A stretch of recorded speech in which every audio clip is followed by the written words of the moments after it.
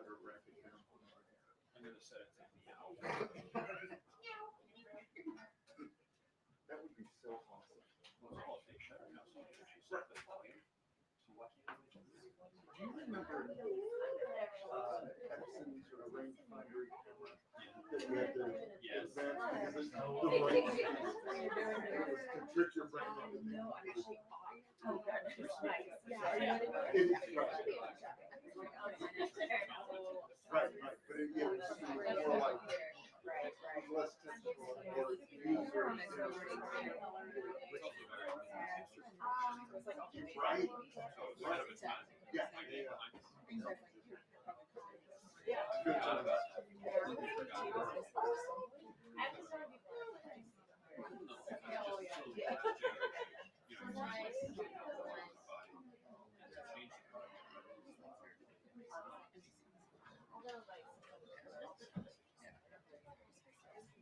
Good afternoon, everyone.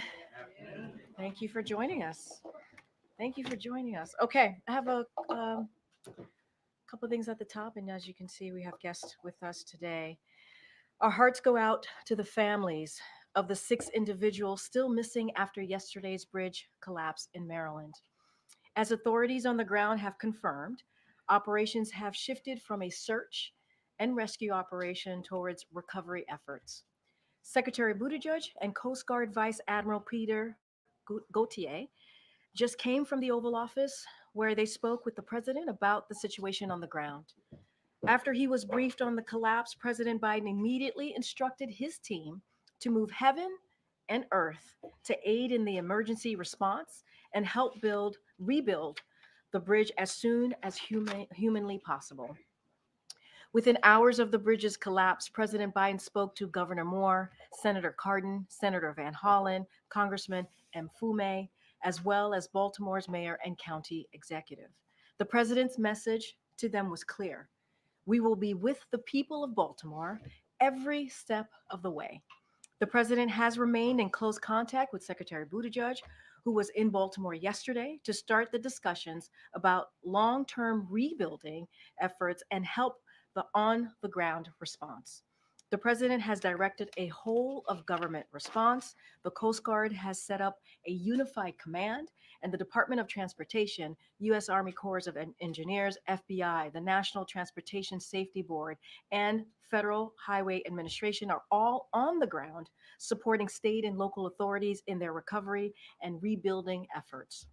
Joining us today, as you all can see behind me, to provide additional details about this administration's whole of government response are Transportation Secretary Pete Buttigieg and Vice Admiral Gauthier, Deputy Commandant for Operations at the Coast Guard. With that, I will turn it over to Secretary Buttigieg, followed by the Vice Admiral. Secretary. Thank you very much, Karine. I want to start by thanking the Vice Admiral and the whole Coast Guard for their extraordinary partnership and recognizing the leadership of President Biden, who from the very beginning has been acting to make sure that we have a whole of government response to support the people of Baltimore. Yesterday, America awoke to shocking images of the Francis Scott Key Bridge collapsing after it was struck by a Neo-Panamax container vessel. And by the time most Americans saw those images, first responders and rescuers had already been at work for hours to save lives.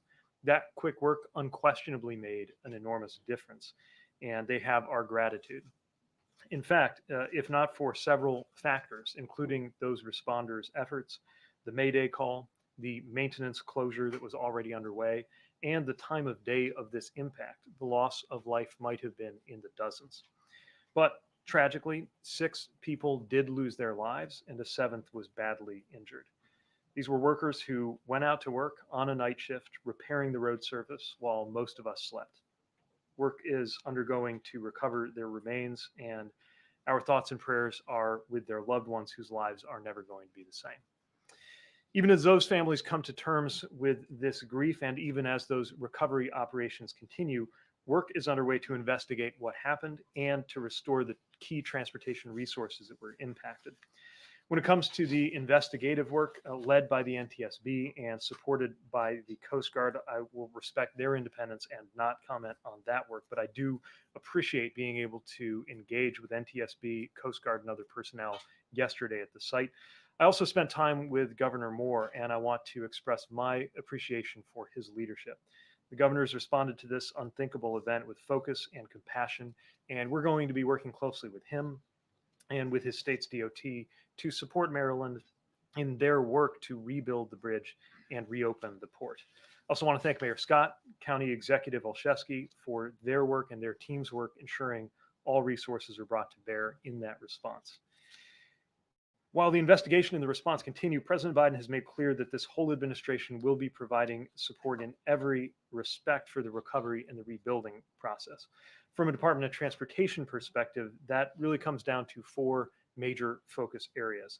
Reopen the port, deal with the supply chain implications until the port does reopen, rebuild the bridge, and deal with the surface transportation implications until the bridge is rebuilt. Each of those is a distinct line of effort, and we're already taking steps toward each goal. With regard to the port, again, the Coast Guard, in coordination with the Army Corps of Engineers, will lead on the channel cleanup and the reopening so that that port can get back to full operation. We are concerned about the local economic impact, with some 8,000 jobs directly associated with port activities. And we're concerned about implications that will ripple out beyond the immediate region because of because of the port's role in our supply chains. This is an important port for both imports and exports, and it's America's largest vehicle handling port, which is important not only for car imports and exports, but also for farm equipment. No matter how quickly the channel can be reopened, we know that it can't happen overnight, and so we're going to have to manage the impacts in the meantime. We're working to mitigate some of those impacts, including using tools that didn't exist just a few years ago. Following the disruptions to supply chains from the COVID pandemic, President Biden's infrastructure package included the establishment of a new freight office within our department to help coordinate goods movement in ways that were not possible before. To be clear, ocean shipping is not centrally controlled the way you might expect with, for example, air traffic control. So having these tools allows us to create coordination that just didn't exist before. It's helped us to smooth out supply chains after COVID. It's helped us to manage the Red Sea crisis, and we're using it now to help the hundreds of different private supply chain actors get better coordinated to keep goods moving. Tomorrow, I will be convening shippers and other supply chain partners to understand their needs and to promote a coordinated approach as they adapt to the temporary disruptions while we plan mitigations. That said, the Port of Baltimore is an important port, so for our supply chains and for all the workers who depend on it for their income, we're going to help to get it open as soon as safely possible. Now, for the bridge, we are going to be working with NTSB as they lead their independent investigation. It's too early to speculate, of course, what NTSB will find, but if they discover or determine anything that should be considered in the regulation, inspection, design, or funding of bridges in the future, we will be ready to apply those findings.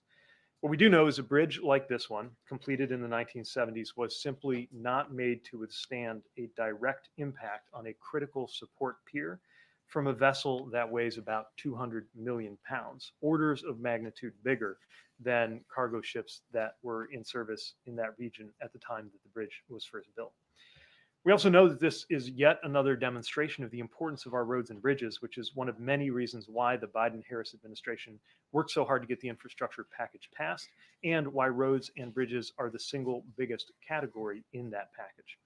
We are committed to delivering every federal resource needed to help Maryland get back to normal, and we're going to work with them every step of the way to rebuild this bridge. It is not going to be simple. When we helped Pennsylvania and California swiftly reopen I-95 and I-10 respectively, there was terrific work there, but that was addressing comparatively short spans of bridges over land relative to this span over water. And of course, in the Baltimore case, we still don't fully know the condition of the portions of the bridge that are still standing or of infrastructure that is below the surface of the water. So rebuilding will not be quick or easy or cheap, but we will get it done. As I mentioned, we're working with city, county, and state And I also want to add that we've been closely engaged with the Maryland congressional delegation, many of whom were on hand yesterday, and who are doing a tremendous job advocating for their state. They made it clear that they will work with us to push for any help that we need from Congress. Bottom line, as President Biden has made clear, the federal government will provide all of the support that Maryland and Baltimore need for as long as it takes, and we will work with Congress to deliver on that. I'll end with this. For the families of those presumed lost, for the people of Baltimore who are going to be feeling this closure in day-to-day life, and for everyone affected by the port closure and its supply chain impacts, the president and the whole government will be here with you until everything is rebuilt stronger than ever. Our country put its arms around Florida when the Sunshine Skyway Bridge collapsed in 1980. America rallied around Minnesota after the bridge there collapsed in 2007. This will be a long and difficult path, but we will come together around Baltimore and we will rebuild together. Admiral? Thank you, Mr. Secretary and Karine. So let me just add to what the Secretary has already briefed you on here. So yesterday evening, I think, as you know, after an intense and thorough multi-agency search on the water and from the air, the Coast Guard Incident Commander, Rear Admiral Shannon Gilreath, suspended the search for the individuals missing from the bridge collapse. He did this after consulting Governor Moore and many of the other agencies that were involved. The Coast Guard and the response community is deeply saddened that the missing individuals have not survived. And the Coast Guard appreciates the state of Maryland's leadership and humanity in supporting the family members of the missing. I'd like to personally thank the state and local responders for their heroic search and rescue efforts. While we didn't achieve the outcome that we had hoped for, it was a tremendous team effort in the treacherous operational conditions. As this aspect of the response shift to recovery operations and consistent with the President's direction to get the port up and running as soon as possible, the Coast Guard highest priority now is restoring the waterway for shipping, stabilizing the motor vessel Dolly and removing it from the site, and coordinating a maritime casualty investigation under the leadership of the National Transportation and Safety Board. So just a couple of words on each one of those. So in terms of assessing, restoring the waterway, the Coast Guard is very tightly connected to the Army Corps of Engineers as they lead in that role as the lead federal agency for that effort. As we were in the Oval Office, the President called General Spellman, the Chief of the Army Corps of Engineers, who is on site. General Spellman and I had a number of conversations yesterday in terms of the coordinated approach moving forward. And they are moving very aggressively and putting resources and mobilizing the necessary equipment, conducting the analysis and the underwater surveys to do that. In terms of continuing to stabilize the vessel, mitigating any pollution threat, and removing the vessel from the area, the vessel is stable, but it still has over 1.5 million gallons of fuel oil and lube oil on board. And it does have 4,700 cargo containers on board. 56 of those contain hazardous materials, and 2 are missing overboard. The ones that are in the water do not contain hazardous materials. And then around 13 or so on the bow of the ship were damaged as the bridge collapsed and impacted the front of that ship. So the Coast Guard has moved aggressively to board the vessel, and we have teams on board. The responsible party, the ship operator, has mobilized, activated their marine salvage plan in addition to their marine pollution response plan, both things that are required by the United States Coast Guard. That salver is a Resolve Marine Incorporated, and they have begun mobilizing resources to take the next steps appropriate to refloat the vessel and remove it from that area. The real critical thing here is that, as you know, a portion of the bridge remains on the bow of that ship, and we will be coordinating very closely with the Army Corps of Engineers and their contractors to first effect the removal of that debris before the vessel can then be removed. The vessel bow is sitting on the bottom because of the weight of that bridge debris on there. And there are underwater surveys that are happening by remotely operated vehicle. Divers will be in the water today to complete that underwater survey. There's no indication that there's any flooding or any damage underneath the waterline to that vessel, and that effort will continue. We'll keep you informed of that. And then lastly, in terms of the casualty investigation, as the Secretary had said, this is led by the National Transportation and Safety Board. I've had a couple of conversations with Chair Hamandi on this account. And basically what we've done is we've activated a memorandum of understanding between the Coast Guard and NTSB. And because the multimodal and complex nature of this investigation, we will be providing Coast Guard investigators for what we call a Marine Board of Investigation, which is our highest level of investigation in the Coast Guard that will fold in and coordinate with the NTSB investigation as that moves forward. I think the Secretary closed with some top line messages. And for us, I can tell you that our unified command, which is essentially a term that we use in the United States for how we mobilize against crises with all the appropriate federal, state, local agencies and other stakeholders. We have a tremendous amount of talent on there and a lot of resourcing. And given the magnitude and importance of this response, it's going to be very, very aggressive moving forward, and we'll keep you informed of that. Thank you. Admiral, CNN has obtained a government memo that the Coast Guard is currently evaluating hazardous material that was contained in some of the containers on the ship. Can you update us on that investigation? And is there a threat to the public from any of the materials on board the ship? There is no threat to the public from the hazardous materials on board. So we've obtained the vessel manifest that container ships carry and done the analysis of the types of hazmats that are on board. We have a very specialized hazmat team on board called the Atlantic Strike Team. We have 3 of those around the country. And we have air monitoring them there to detect if there are anything that are coming off of those containers. The majority of those containers are closer to the pilot house and are completely unaffected by the damage to the bow of the ship. And we have not determined that there's any kind of release at this time.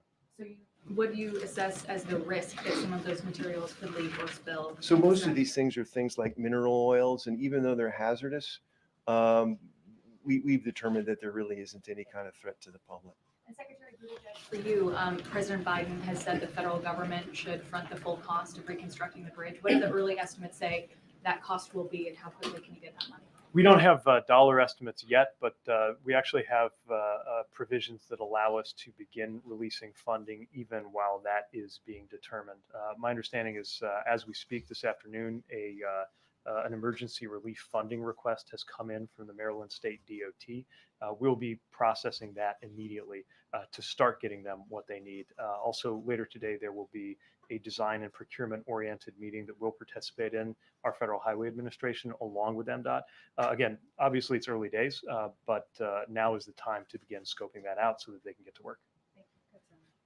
Related to that, Mr. Secretary, how much existing money is there now within DOT coffers to handle requests such as the one from MDOT? Do you have funding through the Federal Highway Administration, through the infrastructure law, or when do you anticipate having to go to Congress for potentially a supplemental request on the bridge costs? So the infrastructure law did authorize funding into the emergency relief account, which is the mechanism that is most likely to come into play here. Last I checked, there was about $950 million available, but also a long line of needs and projects behind that. So it is certainly possible. I would go so far as to say likely that we may be turning to Congress in order to help top up those funds. But that shouldn't be a barrier to the immediate next few days beginning to get the ball rolling. What will be the time frame of sending that sub-request? I think it's too soon to know the mechanics of that. And for the Vice Admiral, can you discuss broadly just the safety of maritime shipping in general, and kind of the strength of the regulations that govern it, particularly the inherent international nature of the maritime business could potentially create issues, especially if you have ships based in different countries with potentially weaker regulations. Can you Sure. speak to those broader issues? Yeah, absolutely. So despite what happened 36 hours ago in Baltimore, the maritime mode of transportation, merchant shipping, is an incredibly, incredibly safe mode of transportation, not just here in the United States, but worldwide. While we do have a regime of regulations that are just comprehensive in terms of the vessel conditions, the cargo that they carry and how they do that, the qualifications and certifications from the mariners who operate these ships, those are actually networked with a global set of regulations that we negotiate and uphold through the International Maritime Organization in London. So this ship was flagged by Singapore. That was the flag state administration. And I spoke with the administration in Singapore just a few hours ago. They'll be participating in the investigation.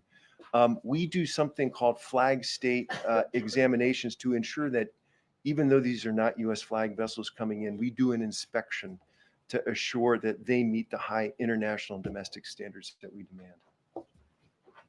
Secretary Buttigieg, I know that you said the rebuilding efforts are just beginning, but when it comes to the actual port, can you give us a sense of what the timeline would be for reopening? Is it days? Is it weeks? Is it months? And same for the bridge. Are we talking about weeks, months? Are we talking about years?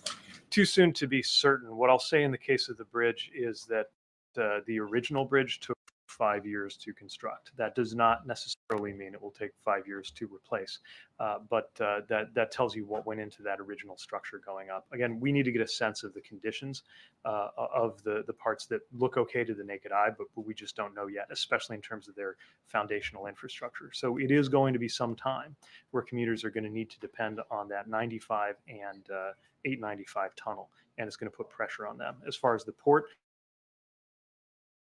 again, too soon to venture an estimate. The vast majority of the port is inside of that bridge, which means most of it cannot operate, although there is a facility at what's called Sparrows Point that can handle some amount of cargo shipping, but nothing close to the totality of Baltimore. And for the port workers, you mentioned there's going to be an economic cost, but also incurred to them, I'm sure. Any of the funding that you're talking about in terms of emergency funding, would that cover them as well?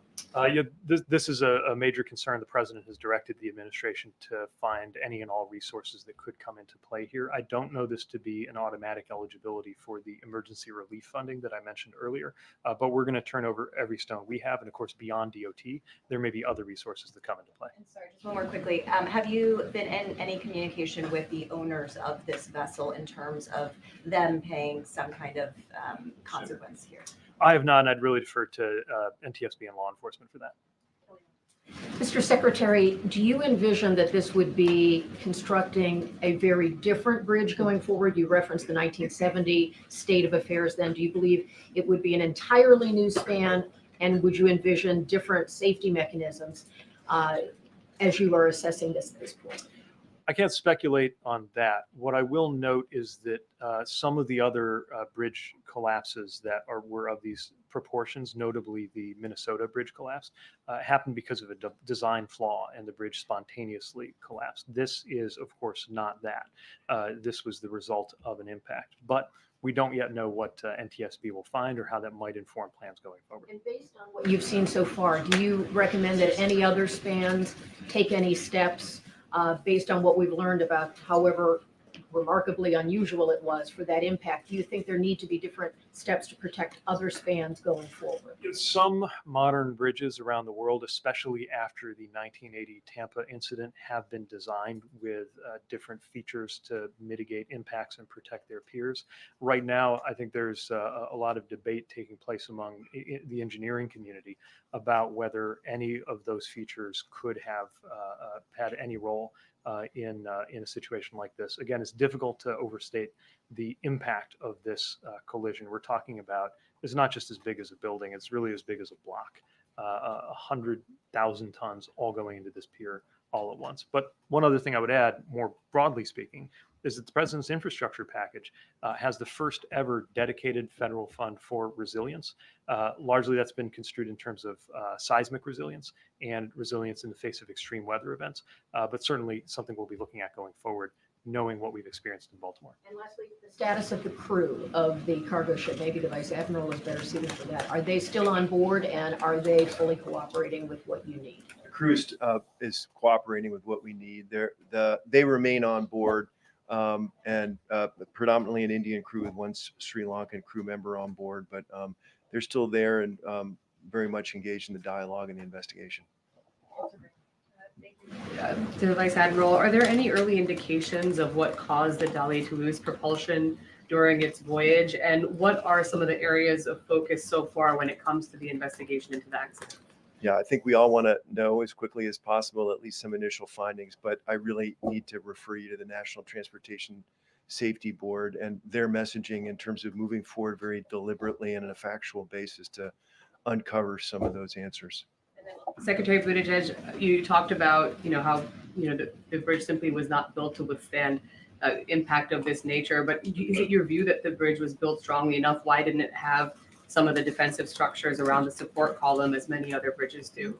Again, I don't want to get ahead of any investigation either. I will say that part of what's being debated is whether any design feature now known would have made a difference in this case. We'll get more information on that as the investigation proceeds. Thank you. Secretary Buttigieg, you've been talking about the president vowing to pay for the cost of the bridge in full to expedite that rebuilding process, but are you going to go after the shipping company? Any private party that is found responsible and liable will be held accountable. I think our emphasis and the president's goal is to make sure that that process is not something we have to wait for in order to support Maryland with the funds that they need. And that's what these emergency relief tools can help us do. What could that accountability look like? Again, I don't want to get ahead of law enforcement, NTSB, or any of the other players here, but needless to say, there's going to be a lot of focus on that. Anybody who is responsible will need to be accountable. Rebuilding obviously won't be cheap, and you talked about possibly needing to give that supplemental request to Congress. How much money are we talking about? Just too soon to say. And just one question for the Vice Admiral. Admiral, when it comes to getting the situation cleaned up and recovery efforts, what are the biggest challenges that you're facing and the kind of equipment that you have to move in? I think the main challenge here is, as you can see by the imagery on scene, is removing those large trusses and steel members off the bow of the ship. Once that happens, we'll have the underwater survey complete in terms of how that vessel is connected to the bridge pier there. But I think once that's done, I think the salvors will be ready to do the necessary actions to refloat that vessel and remove it.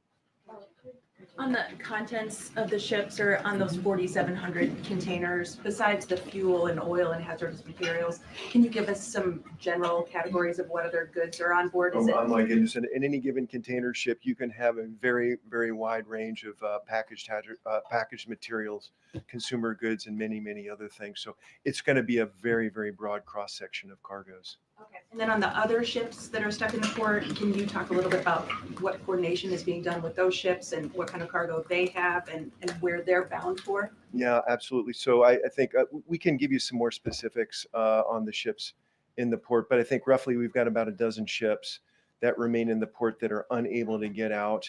The majority of those are foreign flag vessels, and I think just sort of typical of what we see in the port of Baltimore in terms of dry bulk carriers, car carriers, and other things.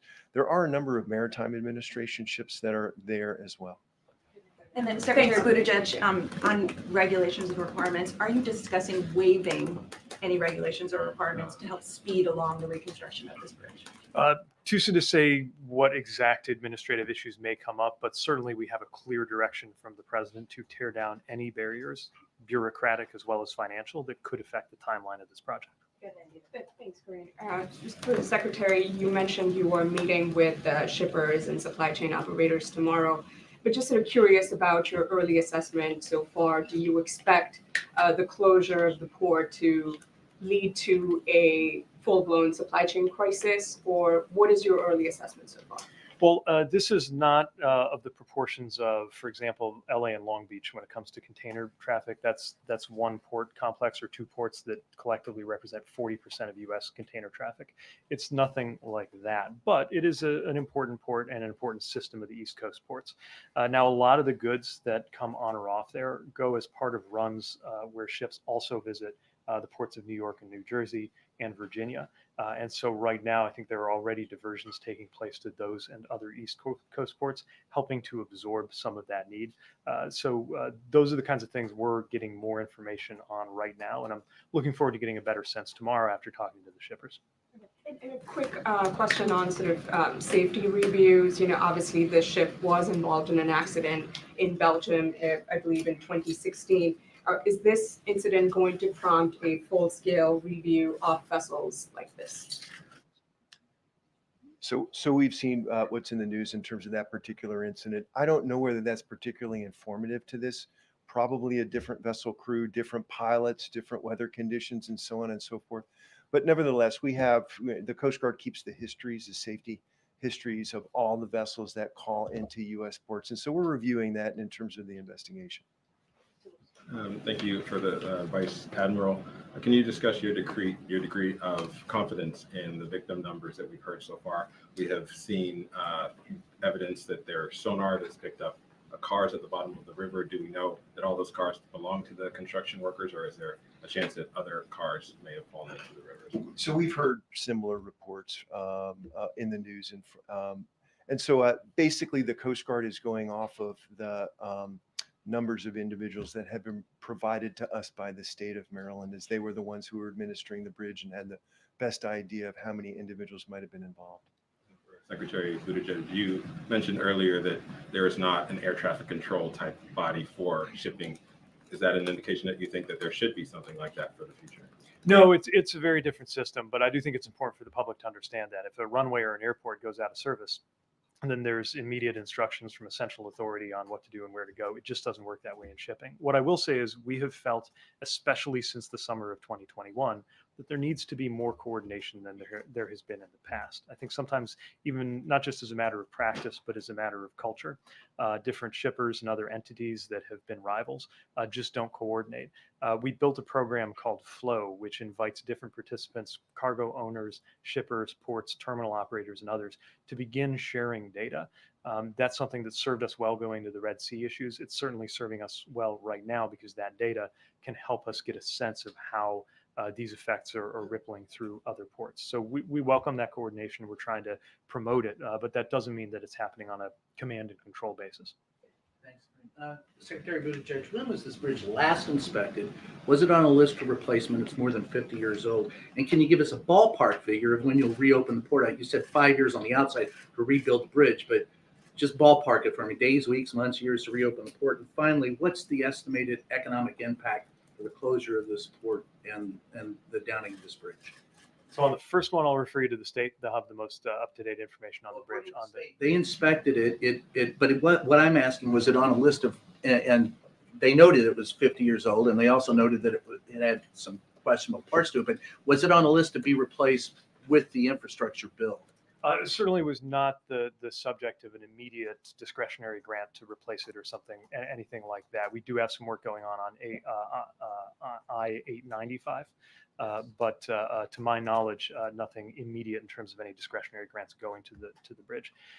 Economic numbers: about 8,000 jobs we think are directly implicated, and over $100 million of cargo moves in and out of that port a day. And what was the middle question? Ballpark it when when the port will be reopened. Reopening the port is a different matter from rebuilding the bridge. The port, that's just a matter of clearing the channel. Still no simple thing, but I would expect that can happen on a much quicker timeline than the full reconstruction of the bridge. So can you ballpark it just a little? As you can imagine, I'm asking our teams the same question, but I don't want to put something out just yet. Weeks, months, years? We just gotta keep going. I understand, but just give us something there. As soon as we have something, I'll tell you. Secretary Buttigieg, another supply chain issue for you has to do with the significant amount of automobiles, cars, trucks, coal, LNG that goes through the port of Baltimore. What will be the impact on the supply chain on those specific industries? Yeah, so this is one of the key ports again for vehicles, and some vehicles are actually finished at facilities that are on port grounds. So it is significant. That being said, of course, it's not the only facility that can accommodate roll-on, roll-off vehicles. You see that in Savannah, certainly in New York, New Jersey, and Virginia. The tractor equipment will be more complicated than the ordinary light-duty vehicles. These are exactly the kinds of information that we're going to be seeking over the coming days, including at tomorrow's convening. And you expect, because of those supply chain issues, that we could see impacts on the U.S. economy as a result of those supply chain issues? We want to get a little more fidelity on how disruptive it can be. Again, we're not talking about a single point of failure that it's the only possible place to get through, or even something that is as impactful as some of the issues that affected the Panama Canal, for example. This does not automatically mean that a trip to the East Coast has to be substituted with a trip to the West Coast, which would be much more of a cost impact. It can probably be accommodated up and down the East Coast, but the effect clearly will not be trivial. Thank you. Mr. Secretary, you said that you had received a request for emergency funding from the Maryland authorities. Can you tell us what that number was? Those don't necessarily include a full estimate of the cost, but they do make it possible through what's called a quick release authority for us to start getting dollars out. I was just notified that this is coming in as I was stepping out here, so I don't have more details than that right now. Hi, Secretary Buttigieg. So just clearly speaking about economic impact, each day that the port is shut down, what is the economic impact per day? Well, again, there's last I checked, between $100 and $200 million of value that comes through that port every day, and about $2 million in wages that are at stake every day. And that's one of the areas we're most concerned about. It's one thing for a container or a vehicle or a sugar shipment to be absorbed or accommodated somewhere else.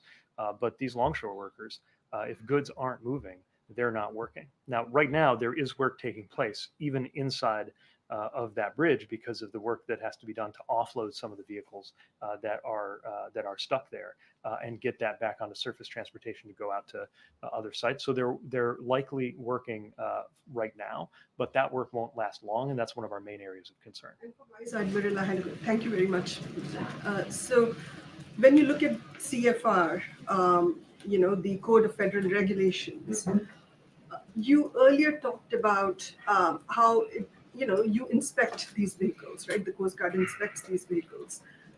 Is it done on a regular basis to see if all of those items are, being followed, or do you do spot checks? Pretty thorough. So every ship that comes to a United States port has to report to the Coast Guard and Customs and Border Protection 96 hours in advance.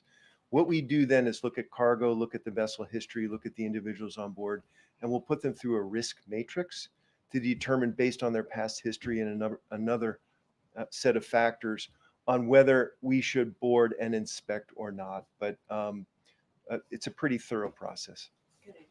Vice Admiral and Mr. Secretary, when does cleanup begin? Because we're hearing after the first stage of rescue and recovery, cleanup begins.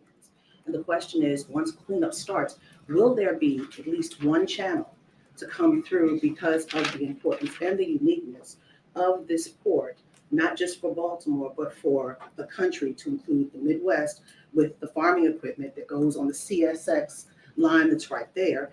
And also, how are you going to push back to Republicans who don't want anything to go through from this Biden administration budgetarily, when the president says he wants to pay for everything? I'll take the latter and leave it to you on the channel if you want. Look, infrastructure is, or at least ought to be, a bipartisan priority. I know that partisanship has gotten in the way of some important functions and expenditures, but I would also note that the infrastructure package that was passed is known as the bipartisan infrastructure law for a reason. Some, not all, Republicans crossed the aisle to work with President Biden and work with Democrats and get this done. It is our hope that that same spirit will prevail here.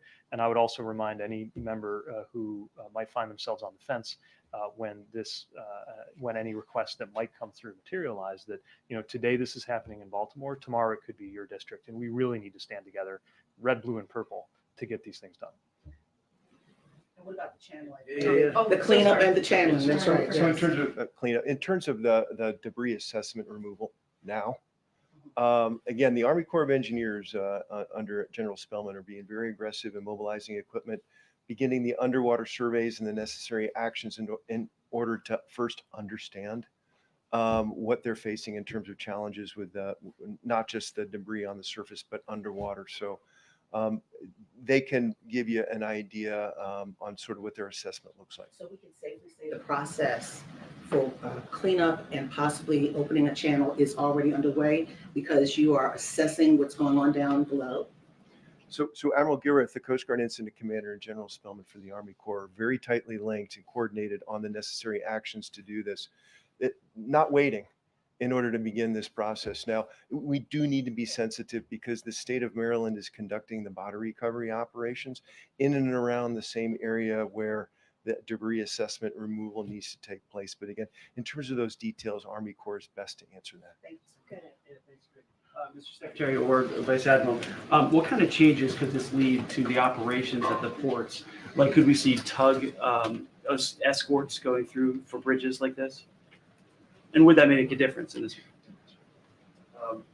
For us, again, I think it's too soon to speculate whether any design feature or other practice would have made a difference, but that's the kind of thing that NTSB does, and they do it well. At the end of their investigation, they issue recommendations, which often become part of policy, design, or even technology for the future, and it's part of why we'll be very interested in their work. Thanks, Karine. Mr. Secretary, can you tell us if you are seeing any impact on inflation? And you said that the bridge was not made to withstand such an impact, but should it be reinforced during the past decades? So again, I don't know how a bridge possibly could withstand the forces that were at play when this vessel, about the same size as a Nimitz class U.S. aircraft carrier, struck the key supporting beam for that bridge. But we will always, as always, learn from the NTSB investigation. What was the first bit? Impact on inflation?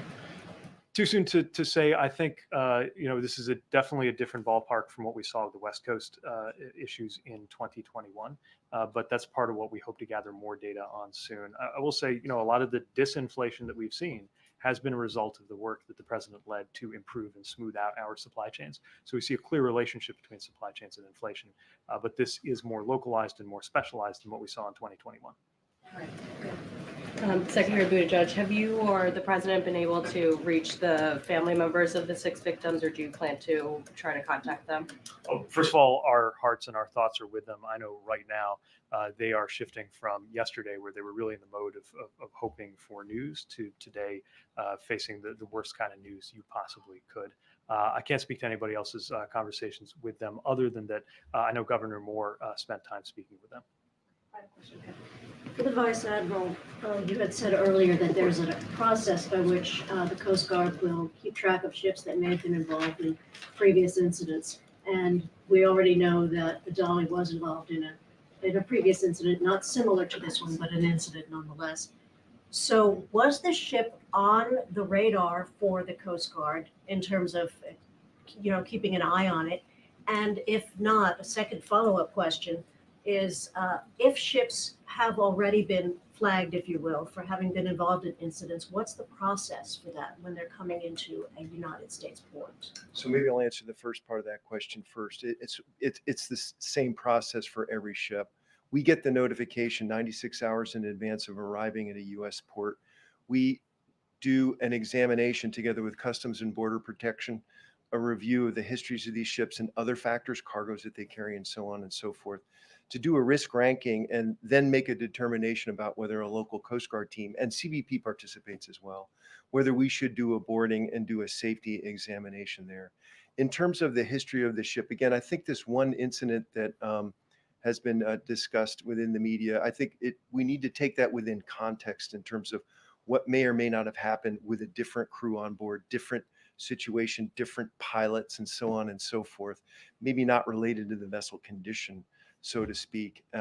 But in terms of our examination, this particular ship had a fairly good safety record.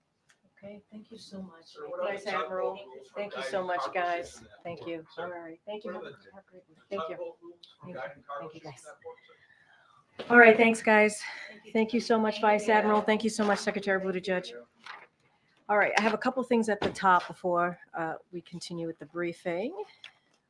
So just a few more updates here to share that and then, as I said, I'll take some questions. So last night, voters in Alabama made their voices heard and voted overwhelmingly for Marilyn Lands, who made clear that she would fight to protect access to reproductive health care, including IVF.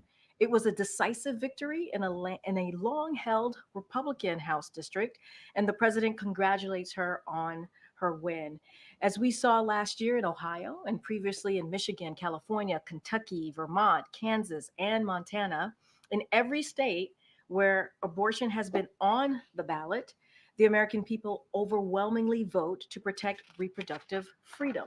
President Biden and Vice President Harris stand proudly and firmly behind the majority of Americans in this fight. And they will continue to take action to protect this fundamental freedom that is under relentless attack by extreme Republican elected officials. But the fact remains that the only way to ensure the right to choose for a woman in every state is for Congress to restore the protections of Roe v. Wade into federal law. Only Congress can pass that law, which President Biden, if it were to get to his desk, he would indeed sign it. Now, today we had another announcement. The Biden-Harris administration also launched the Save Date of action to promote SAVE, the most affordable student loan repayment plan ever, which President Biden announced just last year. The Save Day of Action is a coordinated effort to bring together public, private, and NGOs that could reach 100 million Americans with information about SAVE. Vice President Harris kicked off the campaign this morning, encouraging people to visit studentaid.gov/save, where they can join the more than 7.7 million borrowers representing every congressional district who are currently enrolled. Thanks to SAVE Plan, more than 4.5 million borrowers have a monthly payment of $0, and an additional 1 million borrowers have payments of less than $100. Finally, I want to acknowledge a solemn anniversary that will happen later this week. Friday will mark 1 year since American journalist Evan Gershkovich was arrested and wrongfully detained in Russia. Just yesterday, Russia extended his detention after yet another sham hearing. In yesterday's hearing, the Russian authorities did not even provide any evidence of a crime. In fact, they have provided no real justification for holding him. That is because he has done nothing wrong. Journalism is not a crime. Let me say that again. Journalism is not a crime. This administration will continue working every day to secure his release. We will continue to push back against Russia's attempts to use Americans as bargaining chips. And we will continue to stand strong against all those who seek to attack the press or target journalists. To Evan, to Paul Whelan, and to all Americans held hostage or wrongfully detained abroad, keep the faith. We are with you, and we won't stop working to bring you home. With that, Sungmin. Thank you. A quick one, any update on when the president would go to Baltimore? I don't have an update for you. Obviously, we want to do it when it is the appropriate time on the ground. We're going to continue to have conversations with local officials on the ground to get a sense of what their needs are, but we want to make sure that we do not disrupt their efforts. You just heard from the Secretary and the Vice Admiral, this is a major undertaking, and so we don't want to get in the way. But you heard from the President. He wants to get there as quickly as he can. And one on Israel. Our understanding is that talks are restarting between the U.S. and Israel about rescheduling that meeting that was supposed to be held this week on Rafah. So what is the U.S.'s understanding of why Prime Minister Netanyahu is having this apparent change of heart? Did the meetings with Defense Minister go particularly well this week and came to that conclusion? So obviously, I'm going to let the Prime Minister speak for himself on that first part of the question. What I can say on Israel more broadly, as you asked me about meetings that were held here, they were constructive discussions with Israel's defense minister over the last 2 days. Rafah was one of the many topics discussed with Jake Sullivan, Tony Blinken, Lloyd Austin, and Bill Burns. The Prime Minister's office has agreed to reschedule the meeting dedicated to Rafah. So we're now working with them to find a convenient date that's obviously going to work for both sides. But his office has agreed to reschedule that meeting that would be dedicated to Rafah, which is a good thing. Thanks, Karine. And actually, on that note, we had received a statement from the Prime Minister's office saying that Netanyahu did not approve the departure of the delegation to Washington, so disputing that they've agreed to the rescheduling. Could you just talk about what might be going on? So look, I would say that as we are working to set a date, the Prime Minister's office agreed to reschedule this meeting. You saw that the Israel Defense Minister was here for 2 days, extended a day, and added another day to meet with Jake Sullivan, Tony Blinken, Lloyd Austin, and Bill Burns. So that is the conversation that we're having. We are working to convene that meeting, an important meeting on Rafah. And when we have a date, certainly we'll share that with you. That is what we know from our side. And what is the message that Defense Secretary Austin had to Gallant about the alternatives in Rafah? I'm just not going to get into specifics of those conversations. Obviously, as I just stated, Rafah, the operations, the military operations more broadly, Rafah was indeed discussed, but I'm just not, as topics obviously that were discussed, I'm just not going to go into further details. And have talks for that hostage deal and ceasefire, have they reached another stalemate, and what are the sticking points on it? So I can confirm that talks continue, and the United States is actively engaged in those conversations. We remain hopeful that we can broker a deal to secure the release of hostages and establish a temporary ceasefire. This is something that we've been asking for some time. A ceasefire and this hostage deal obviously would allow us to bring home some hostages to their family, to their loved ones, and they include American hostages as well, and as well bring into Gaza that all important humanitarian aid that is needed in Gaza on the ground. I don't have anything beyond that, but we can confirm that we continue to have this incredibly important conversation on getting that hostage deal, which would lead to a ceasefire. Just following up on what Selena was saying, Karine, does the administration believe it was able to convince Israeli officials to take a relook at a potential Rafah operation after the series of meetings that he had with the administration? So look, I mean, Rafah obviously was part of the agenda, their military operations. And so I'm not going to go into detail. It is important that we have heard from the Prime Minister's office that we are going to reschedule and try to lock in this meeting with their obviously their folks on the Israeli government side and folks here. And so I think that's important. I'm not going to get into that. They I would say they discussed how best to ensure Hamas lasting defeat in Gaza and the need to protect civilians. So, of course, that was part of the conversation, but I'm not going to provide any more details beyond that. Is the president thinking about reconsidering sending arms to Israel, given the unfolding situation and the unfolding humanitarian situation in Gaza? There's nothing new there. That is not under consideration. As you know, we have done more to get humanitarian aid into Gaza with the airdrops. You know about the pier, and we're working with obviously with Israel to make sure that we get more of the trucks inside of Gaza. It is incredibly important. We know the dire situation in Gaza as it relates to humanitarian aid, but the most important thing here is to get that hostage deal, so we can get that humanitarian aid to get those hostages back home to their family, and it would. We believe would lead to a ceasefire, obviously. And so that is what we're working towards. We've got to get that hostage deal done, and we are actively continuing those talks. Restricting weapons to Israel should also be a top consideration. I'm not going to get into hypotheticals, into conditions from here. We've been very clear where we stand, and we'll continue to do so. We want to get that hostage deal done. The talks is active. They continue, and that is important to get that hostage deal, to get the ceasefire, to get that humanitarian aid into Gaza. It is incredibly, obviously important as you all have reported the dire situation in Gaza, and so that is our focus. We're going to get that pier going. We're going to continue the airdrops, continue to get those trucks in, working with Israel on that. I just don't have anything else beyond that. Go ahead. On the Rafah talks, you said that both sides are working to find a new date that works with schedules, but what level of urgency does the administration assign to holding those talks? I mean, it's urgent. It's important. We've said that. The president has said that. National Security Advisor was here at this podium saying those very words, the importance of making sure that there is a plan and that we protect civilians. You've heard us say there's more than 1 million Palestinian civilians in Rafah, about 1.5.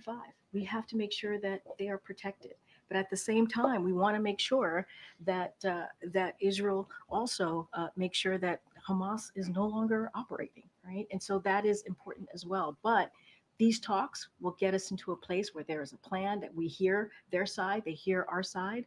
I think the defense minister being here from Israel was really important for 2 days, having those all important, all critical conversations about Rafah, about military operations. I'm just not going to get beyond that. When we have a date locked in, certainly we would share that with all of you. There's been reporting that the talks could happen as soon as next week. Do you see that as feasible? I'm just not going to get into a set date or time here, but we want it to happen. Obviously, it's urgent. We think it's urgent. It's important to lock this in, and so we're going to work really diligent to make sure that happens. Go ahead, Kelly.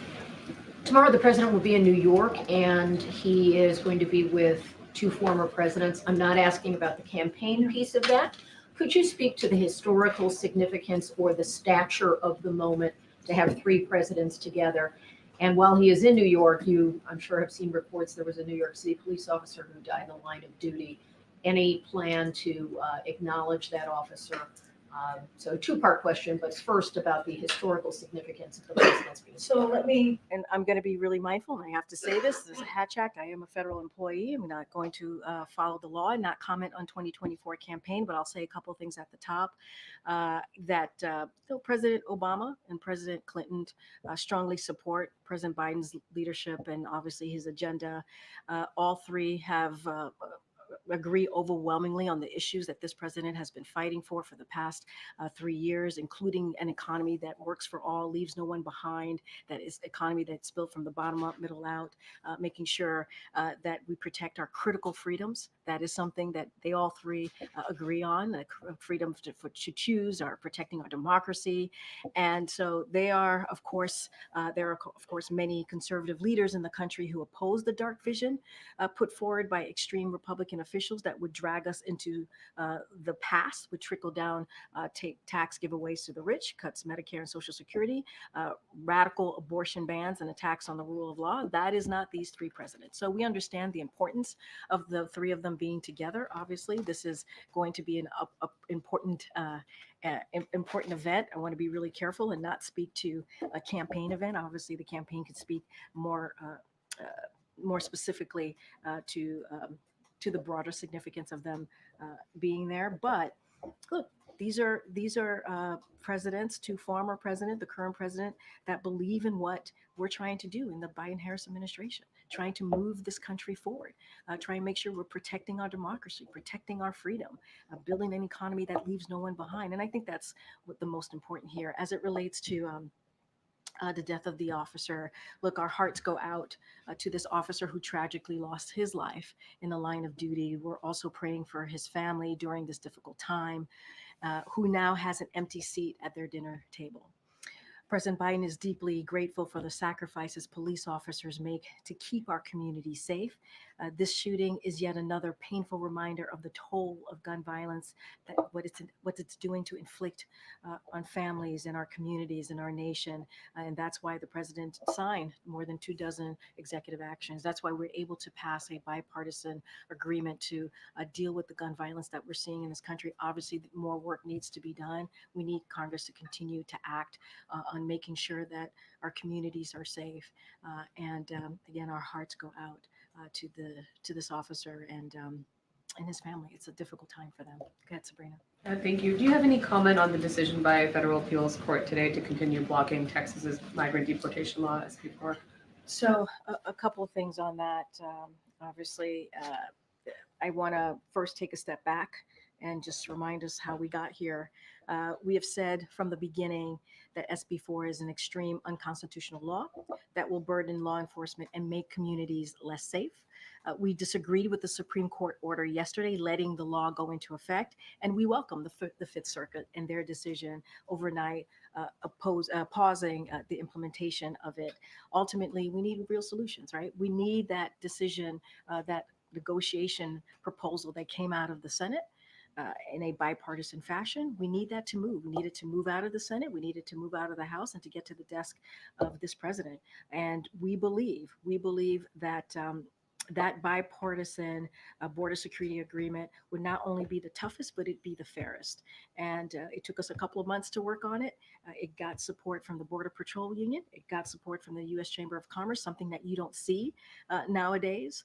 And so we are going to continue to encourage Congress to move forward. As we know, the former president, President Trump, told Republicans on the Hill to not move forward with it, to reject it, because it would help. It would help us. It would help Joe Biden, and it would hurt him. And that's not who we should be as a country. We should be where majority of Americans are. They want us to deal with what's happening at the border, and they want us to fix this immigration system. All right, go ahead, Ariel. I haven't spoken. Thank you. On airdrops and humanitarian aid, 18 people died in Gaza on Monday during an airdrop. 12 of them drowned trying to fish out food from the water. So does the administration intend to continue with these operations? And if so, is there a way to make them safer, or should we just expect to see more people dying like that? So we express our condolences to the families of those who died, who were while trying to retrieve desperately needed humanitarian aid. We understand what's going on the ground. We know that the humanitarian situation on the ground, as I've stated many times already, just in the past couple of minutes, is dire. And so, which is why we're working around the clock to increase the flow of humanitarian assistance going into Gaza. So we're going to continue to do that. Look, this is again why that hostage deal is so important, why we're going to do everything we can, working around the clock to get that hostage deal done. Because yes, it's about getting the hostages and home to their families and their loved one, which is critical and important. Let's not forget there are American hostages as well included. And to get that humanitarian aid to lead to a ceasefire, but also get to that all-needed humanitarian aid. Our hearts go out and our condolences go out to the families. It is a devastating situation. We have to make sure that we continue to get that humanitarian aid into Gaza. Go ahead, Jack. Great. On the delegation issue, I heard the messaging from the administration earlier this week explaining, that the U.S. abstaining from that UN vote and allowing it to go through didn't really matter because it was a non-binding resolution.